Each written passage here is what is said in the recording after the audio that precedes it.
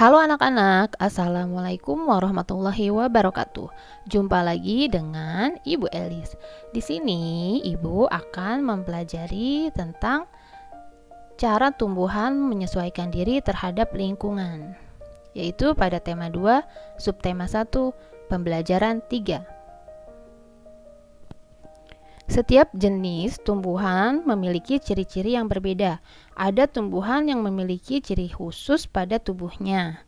Misalkan, di sini ada batang berduri, daun yang lebar, dan akar yang muncul ke permukaan tanah. Perbedaan ciri setiap jenis tumbuhan merupakan salah satu bentuk penyesuaian diri atau adaptasi.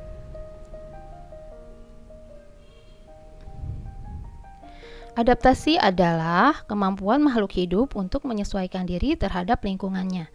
Adaptasi di lingkungan tumbuhan agar tetap bertahan hidup.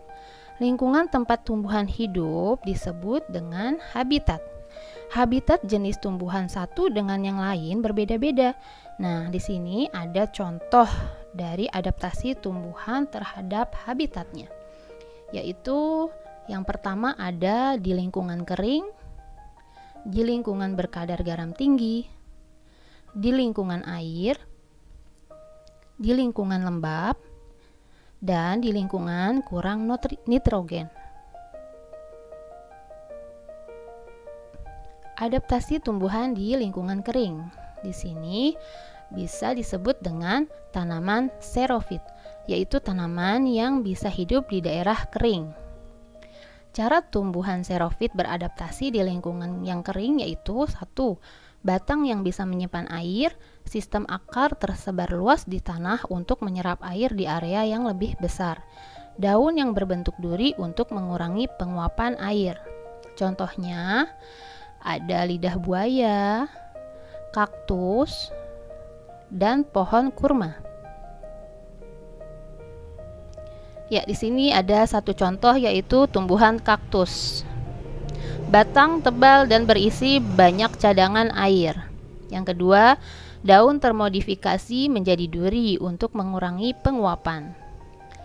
Akar sangat panjang untuk mencari sumber air. Dan permukaan batang berlapis lilin untuk mengurangi penguapan. Oke, selanjutnya adaptasi tumbuhan di lingkungan berkadar garam tinggi. Ya, di sini tumbuhan yang dapat hidup di lingkungan dengan kadar garam tinggi disebut dengan halofit. Cara tumbuhan halofit beradaptasi di lingkungan yang berkadar garam tinggi yaitu akar tanamannya kedap terhadap lori. Tanaman menjaga stomatanya menutup untuk mengurangi pengambilan garam. Dan tanaman mempunyai kelenjar yang memompa garam keluar dari tanaman melalui epidermis daun. Contohnya, ya di sini ada namanya pohon bakau. Tumbuhan bakau di sini memiliki akar napas yang tumbuh ke atas permukaan tanah untuk memperoleh oksigen. Yang kedua, ada juga yang memiliki akar tunjang untuk menopang tumbuhan di tanah yang berlumpur dan menahan terjangan ombak. Daunnya kaku dan tebal dengan permukaan licin, berfungsi untuk mengurangi penguapan dan menyimpan air. Bagian bawah daun bakau memiliki kelenjar untuk mengeluarkan kelebihan garam. Oke, selanjutnya adaptasi tumbuhan di lingkungan air. Ya, di sini ada tumbuhan kangkung, hidrofit. Ya, ciri-cirinya yaitu tumbuhan yang sebagian tubuhnya ada di permukaan air, akarnya berada di air, memiliki rongga udara dalam batang atau tangkai daun. Daunnya muncul ke permukaan air. Ya, tumbuhan yang dapat hidup di lingkungan air disebut hidrofit. Contohnya, selain kangkung yaitu ada teratai dan eceng gondok. Adaptasi tumbuhan teratai dan eceng gondok. Untuk teratai di sini memiliki daun yang lebar untuk mempercepat penguapan. Daunnya berlapis lilin untuk mencegah daun membusuk. Yang kedua, eceng gondok. Memiliki pangkal tangkai daun yang berongga, fungsinya untuk membantu mengapung di permukaan air. Yang kedua, akarnya lebat untuk menjaga keseimbangan tumbuhan agar tidak terbalik. Adaptasi tumbuhan di lingkungan lembab. Tumbuhan yang dapat hidup di lingkungan lembab disebut dengan higrofit. Higrofit yaitu tumbuhan yang hidup di daerah lembab. Tubuhnya terdiri atas bagian-bagian akar, batang, dan daun. Batangnya pada umumnya tidak tampak karena terdapat di dalam tanah. Daunnya yang muda umumnya melingkar atau menggulung. Ya, di sini ciri-cirinya itu penguapan terjadi sangat lambat dan air dikeluarkan melalui struktur khusus pada daun disebut stomata air. Di sini ada contoh tumbuhan begonia dan tumbuhan pakis. Selanjutnya, adaptasi tumbuhan di lingkungan kurang nitrogen. Tumbuhan yang tumbuh di lingkungan kurangnya nitrogen biasanya melakukan penyesuaian diri dengan memerangkap serangga, kemudian mencerna sebagai sumber nitrogen. Contohnya yaitu kantong semar dan Venus.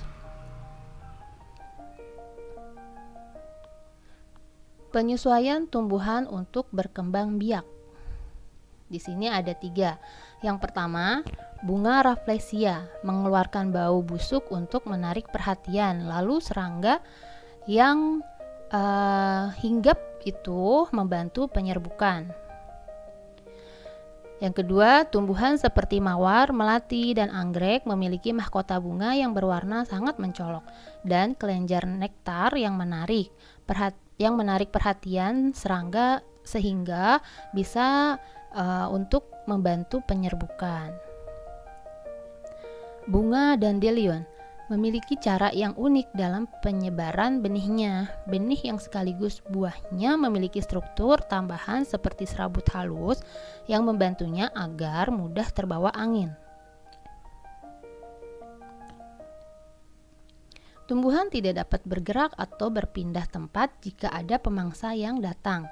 Oleh karena itu, tumbuhan melakukan beberapa penyesuaian diri untuk melindungi diri dari pemangsa. Ya, berikut beberapa contoh penyesuaian diri yang dilakukan tumbuhan untuk melindungi diri. Yang pertama, yaitu memiliki duri. Beberapa tumbuhan memiliki duri pada batang atau buah untuk melindungi diri dari pemangsanya. Contohnya yaitu duri pada batang tumbuhan mawar dan duri pada buah durian. Yang kedua, memiliki rambut halus. Beberapa tumbuhan seperti bambu, tebu, dan jagung memiliki rambut halus atau gelugut di permukaan batang maupun daunnya. Fungsinya yaitu fungsi rambut halus tersebut yaitu dapat menimbulkan rasa gatal bila disentuh oleh pemangsanya. Yang ketiga, daun yang tajam. Tumbuhan nanas, lidah buaya, dan kaktus memiliki daun yang tajam dan berduri di bagian tepinya. Hal ini bertujuan untuk melindungi diri dari pemangsa. Yang keempat, menghasilkan getah. Tumbuhan sawo, pepaya, karet, mangga, dan patah tulang dapat menghasilkan getah jika tergores. Getah tersebut akan menempel pada tubuh hewan pemangsa, sehingga hewan tersebut sulit bergerak. Yang terakhir yaitu menghasilkan racun. Contoh tumbuhan yang menghasilkan racun adalah jarak dan kecubung.